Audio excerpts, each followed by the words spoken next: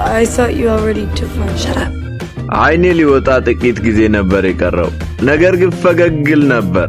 ምክንያቱም ከጥቂት ደቂቃዎች በፊት ዶክተር ሞርጋን አንዱ ምኞቴን እንድፈጽም ረድታኝ ነበር። በቀኝ አይኔ ላይ የካንሰር በሽታ እንዳለብኝ ታውቆ ነበር። ያከመኝ ዶክተር እንደተናገረው ሕይወቴን ለማዳን ብቸኛው መንገድ ለዘላለም ከመታወሬ በፊት የተጠቃውን አይኔን ሙሉ በሙሉ ማስወገድ ነበር። እኔ ግን 3 ምኞቶች እንዲፈጽሙልኝ ፈልጌ ነበር። ብራውንና ሞርጋን ይሄንን ሲያውቁ እኔን ለመርዳት አላቅማሙ።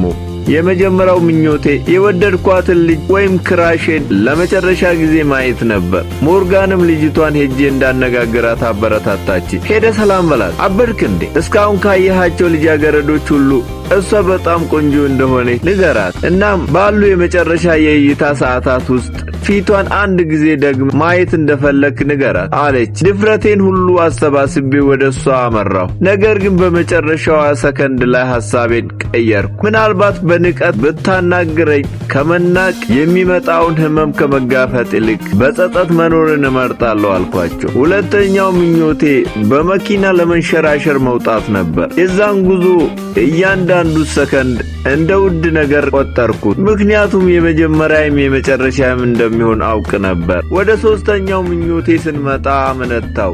አፍሬም ቢሆን በመጨረሻም የሴት ጡት ማየት እንደምፈልግ ነገርኳችሁ። ሞርጋን በጸጸት እንድሰቃይ አልፈለገችም። ወደ አንዱ የአዋቂዎች መዝናኛ አደልት ስቶር እጃፍ ወሰደች። ጠባቂውን ሊሆን አይችልም፣ እሱ ሊታወር ነው፣ እርቃኗን የሆነች ሴት ለማየት የመጨረሻው ዕድሉ ነው ብለው ለመኑ። አንቺ ሴት ነሽ፣ ከነዚህ ልብሶች ስር እርቃንሽን እንደሆንሽ እርግጠኛ ነኝ፣ አድርጉ ብትባይ ታደርጋለሽ ብሏት $50 እሰጥሃለሁ ቢባልም ዘበኛው ግን ወደ ውስጥ እንድንገባ አልፈቀደም። ቀዶ ጥገናዬ ሊጀመር ቢሆንም ለመሄድ ግን ፈቃደኛ አልነበርኩም። የመጨረሻ ምኞቴ ካልተፈጸመ ቀዶ ጥገናውን አላደርግም አልኩ። ሁኔታው ግራ ተጋባ።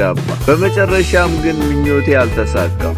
ተሸንፌ ወደ ሆስፒታል ተመለሱ። በክፍሌ ውስጥ እንዳለው ብስጭቴ በግልጽ ይታይ ነበር። ሞርጋን ጸጸቴን አየችው። ወንድ ዶክተሮች ከክፍሉ እንዲወጡ ጠየቀችና የመጨረሻው ምኞቴን እንድፈጽም ረዳች። እናም ጡቷን ምን እንዳደረገች በኮሜንት ላይ ጻፉልኝ። ቤተሰቦች ቪዲዮውን ላይክ፣ ቻናሉን ሰብስክራይብ ያድርጉ።